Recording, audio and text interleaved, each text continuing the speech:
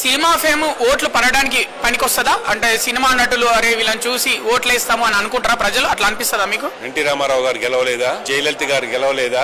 MG Ramachandran గారు గెలవలేదా?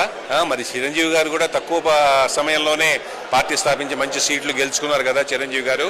అంతదాకా ఎందుకు? పవన్ కళ్యాణ్ గారు, పవర్ స్టార్ గారు ఇవాళ ఆయన ప్రమేయం లేకపోతే ఆంధ్రప్రదేశ్లో ప్రభుత్వం వచ్చేదా?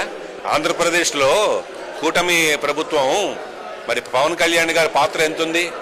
ఎంత మెచ్చుకున్నాడు నరేంద్ర మోడీ గారు? అమోఘమైన కష్టమైన పాత్ర అది పవన్ కళ్యాణ్ గారు. ఈ సందర్భంగా పవన్ కళ్యాణ్ గారికి శిరస్సు వంచి ధన్యవాదాలు తెలియజేస్తున్నాను. ఒక మంచి ప్రభుత్వాన్ని మీరు చేయుతనిచ్చి తీసుకొచ్చారు. అలాగే చంద్రబాబు నాయుడు గారు, మిగతా బీజేపీ వాళ్ళు కూడా ఎక్కువ ప్రమేయం బీజేపీతో కలవాలి, బీజేపీతో కలిసి ముందుకెళ్ళాలి. నరేంద్ర మోడీ గారి నాయకత్వంలో అందరూ సమైక్యంగా ఉండి మనం కూటమి ప్రభుత్వం స్థాపించాలి అన్న నినాదంతో పవన్ కళ్యాణ్ గారు అక్కడ కష్టపడి పనిచేసి ఆ ప్రభుత్వం తీసుకురావటంలో ఆయన ముందంజలో ఉన్నారు అనటంలో ఎటువంటి సందేహం లేదు. ఎలా అనిపిస్తుంది పవన్ కళ్యాణ్ ఆంధ్రప్రదేశ్లో ఒక సినిమా రంగం నుంచి వచ్చి ఆంధ్రప్రదేశ్లో ప్రస్తుతం డిప్యూటీ సీఎం అయ్యాడు? చాలా బ్రహ్మాండంగా ఉంది. కూటమి ప్రభుత్వం బాగా పరిపాలిస్తున్నారు చంద్రబాబు నాయుడు గారు, పవన్ కళ్యాణ్ గారు.